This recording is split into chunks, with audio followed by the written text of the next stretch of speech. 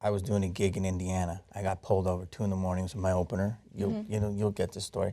And I put eye cream on. This is a real story because I'm driving all night. I don't want to look tired. Cop pulls us over and goes, "Hey man, you want meth? You want meth?" Pulled us over, had a whole thing, recognized me, thank God, and said, "We have a lot of meth in this thing. I'm sorry to pull you over." What was the thing? I never said one thing. I could tell you a lot. Like, I get pulled over often. I never fight with cops. Maybe I should. I don't do it because cops are cops. You weren't like, "This is L'Oreal. You don't I wanted understand." to. I did. But what I'm saying is, this is clearly wrong. But I never talk back to a cop. Do you guys? I never say shit. No, to but a cop. here my question is, I never say like, shit to a even cop. just explaining yourself, like, with total respect, officer. Don't do it. Don't say it. But this and honestly, like, and let's just be real, right? It's very different if you're a white guy Definitely. than if you're 100%. than you're not. 100%. And I think that even trying to be polite and explaining yourself while black will immediately Totally you're agree with incriminating that. yourself. Yeah, so supposedly. let me counter your anecdote with an anecdote that I had. Okay, Yeah. I'm a young white woman. Okay, Yes. I am the most. I drive a BMW. Okay, so there's judgments. Nothing, no. Judgments are coming. So one day for lunch, and I have 2 colleagues in the vehicle with me. I'm driving, I'm trying to get to lunch, and we get stuck in this horrendous traffic. And I'm in an area where I know that it's wrong to make a U-turn, but I make the U-turn anyway. I got busted by the cop on a motorcycle immediately. I was in the wrong, and I knew I was in the wrong. Did I try to argue with the cop? I did not. In fact, when he pulled me over, I told him, "I'm sorry, officer, I know what I did was wrong, I deserve the ticket," completely conceding to what I did wrong. And this cop would not stop yelling at me, screaming at the top of his lungs, okay? I continue apologizing. John was in the car with me. Continues yelling at me. "You were probably on your phone. Where's your phone? Were you texting?" And I was like, "My phone's in my bag in the back seat. I haven't even touched my phone. I'm sorry, I did the U-turn. Give me the ticket." He had me step out of my vehicle, okay? And he gets real close to me. Creepy and cop. Yes, Creepy absolutely cop. creepy. And then Creepy he cop. asks me, "What are you doing today?" Oh no! And where, Pickup cop. Well, where are you going, right? Which is, by the way, a standard question. Where are you going?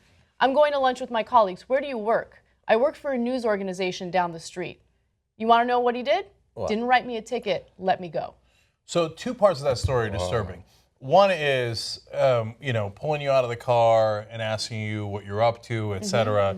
And everybody in the car, I heard the story from the guys that were in the car, said what the cop was doing was definitely provocative, right? And if you were alone and it was at night, how much scarier would it have been, right? And you're asking for the ticket. Yes, right? exactly. And the second problem is that he didn't give you the ticket. I mean, I'm glad you got out of it, right? But that's actually a power situation where we happen to be in the media and we skate out of it. That's right? exactly right. And I have a friend who's a celebrity in his own right. He gives away his DVDs and gets out of tickets, right? It's a good angle. Good angle.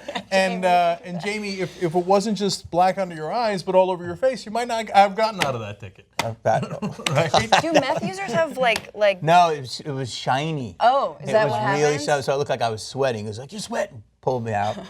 But by the way, you're right. I can't complain about anything. I'm a white person. The biggest thing that happened to me, I don't know if you see this little scars, I slipped out of my jacuzzi. I mean, that's my life. Right. Oh, that's a joke. But what I'm trying to tell you is that I can't thought it was complain. real. I can't complain about I thought it was real anything too. because I'm not persecuted. So yes, Yeah. and you. And I'm not persecuted either, but my point is... Well, no, you can't because even you're a if woman. some- He was using he was trying to sex you up. That's No. honestly, that's the sense that I got. He was definitely a creepy cop. I wish I had his badge number or some information on him so I could actually go after him for what he did. But the reality is, it doesn't matter if you are perfectly compliant with cops. If Yeah. there's a dirty cop, he's a dirty cop. Yes, he's and a he dirty will cop. abuse his power in any way he sees fit.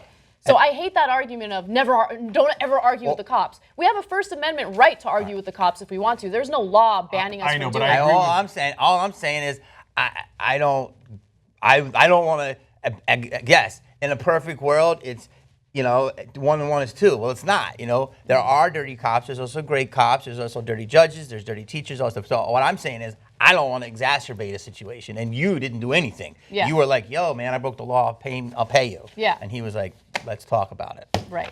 Yeah, and I agree with both of you guys. You have all the right in the world, but I just urge caution. Yeah, Because God knows what could happen. I'm not encouraging people to talk back or argue with them. I'm just saying am. that arguing I with would. them doesn't give them the right to abuse their power.